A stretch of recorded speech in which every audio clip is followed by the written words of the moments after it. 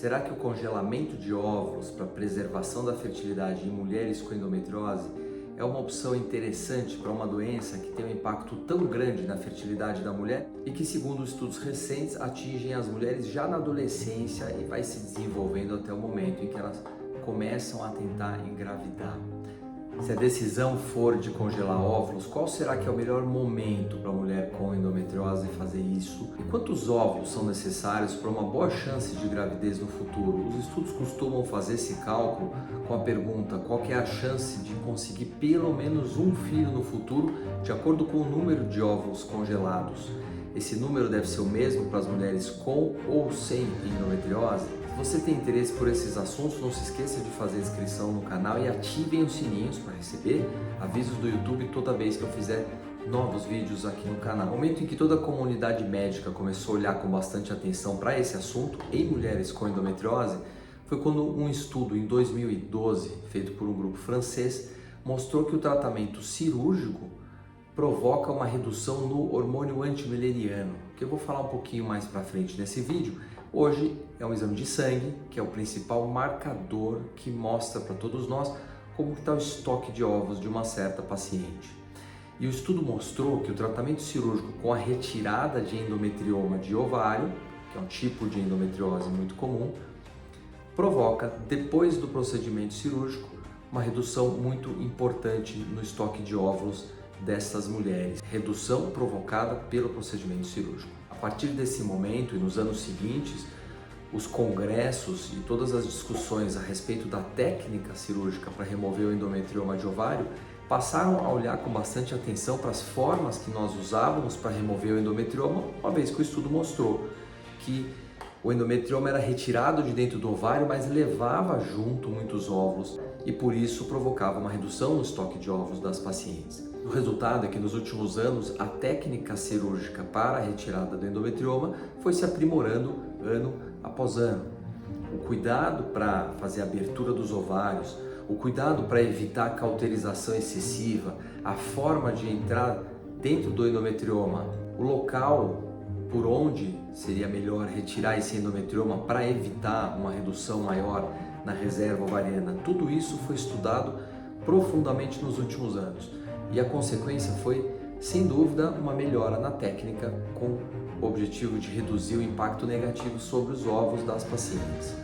No entanto, mesmo com todos esses cuidados, os estudos foram mostrando que não só a remoção cirúrgica do endometrioma, mas a presença da endometriose por si só provoca um maior ritmo de queda dos ovos das mulheres, algo que todas as mulheres enfrentam de forma natural, que é justamente o que faz com que elas em algum momento cheguem na menopausa. Mas os estudos foram mostrando que o ritmo como isso acontece na mulher com endometriose é mais rápido e por isso, comparando faixas etárias iguais, a gente observa sempre um estoque de óvulos menor entre as mulheres com ou sem endometriose.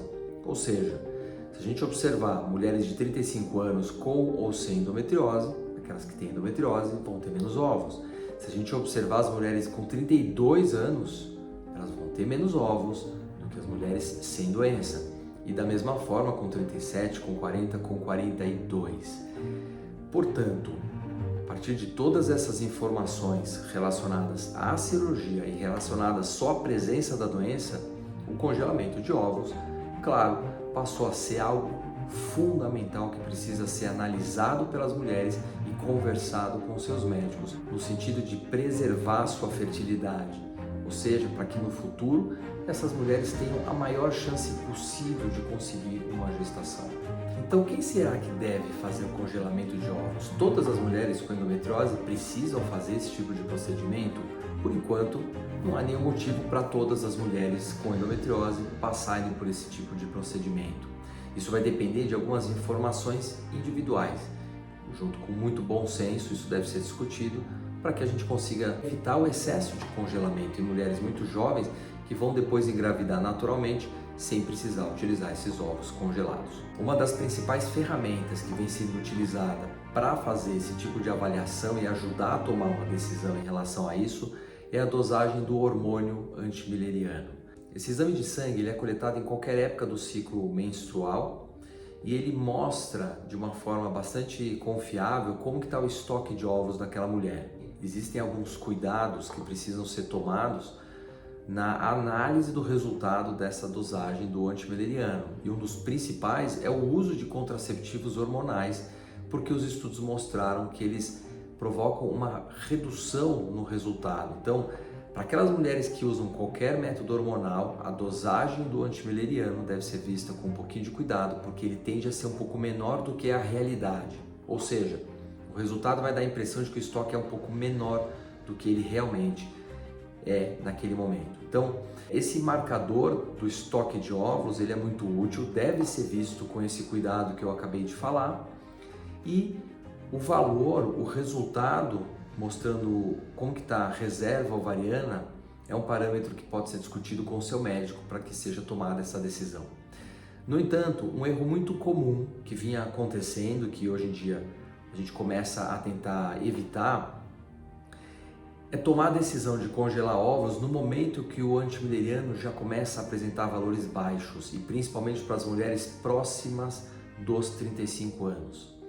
Os estudos vêm mostrando, como eu disse, que o estoque de ovos na mulher com endometriose cai mais cedo do que nas mulheres sem essa doença. Então, se a gente costuma olhar para os 35 anos como uma idade de corte para as mulheres sem endometriose, a gente precisa olhar para isso mais cedo, talvez a partir dos 30 anos para quem tem essa doença. E a dosagem isolada do antimileriano, mostrando valores tranquilizadores, mostrando que o estoque está muito bom, isso pode me tranquilizar naquele momento, mas eu não sei como que a doença está se comportando, e se a endometriose apresenta um comportamento mais agressivo e uma atividade inflamatória muito intensa, isso pode provocar uma redução muito rápida nos resultados do hormônio antimileriano. Então, mais importante do que uma dosagem única desse exame de sangue, é importante fazer uma curva de hormônio antimileriano. Esse tem sido um parâmetro cada vez mais usado, e a melhor forma de avaliar como que está se comportando o estoque de ovos ao longo do tempo.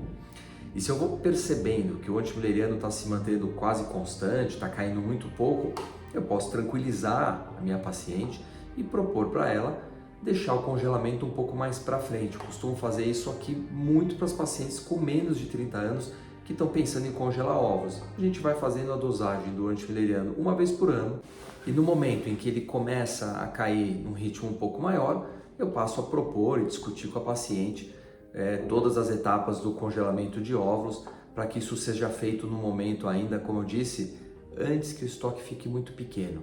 E por que isso é importante? Porque o número de ovos congelados, ele vai se relacionar com a chance no futuro de cada paciente ter pelo menos um filho, que é o objetivo principal do congelamento de ovos. Normalmente, o número de óvulos congelados, ele se relaciona com uma chance de conseguir essa gravidez no futuro. Existem alguns gráficos que ajudam a fazer o cálculo para que cada pessoa possa decidir quantos ovos vai congelar. No caso das mulheres com endometriose, estudos recentes mostram que é necessário um número maior de ovos para ter a melhor chance no futuro de gravidez. Isso porque os ovos das mulheres com endometriose têm uma qualidade pior, eles têm uma taxa de fecundação menor, eles levam a embriões de qualidade também um pouco menor, então a gente vai ter um número menor de embriões que chegam até o 5º dia, na fase de blastocisto, que é quando eles podem ser congelados e utilizados para transferência.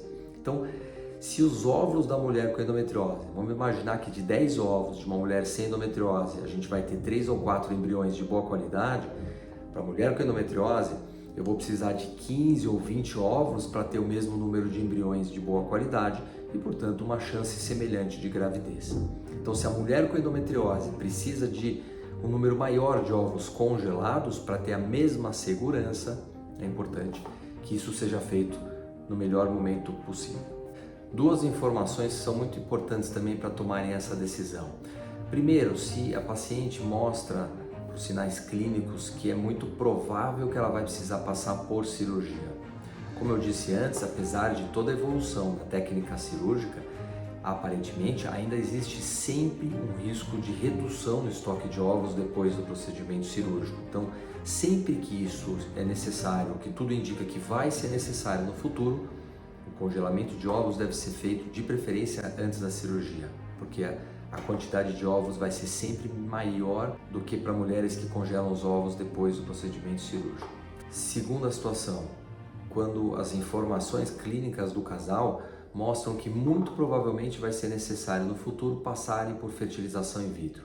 Exemplo desse tipo de situação, quando o espermograma do marido mostra uma contagem muito baixa de espermatozoides ou, eventualmente, a ausência de espermatozoides.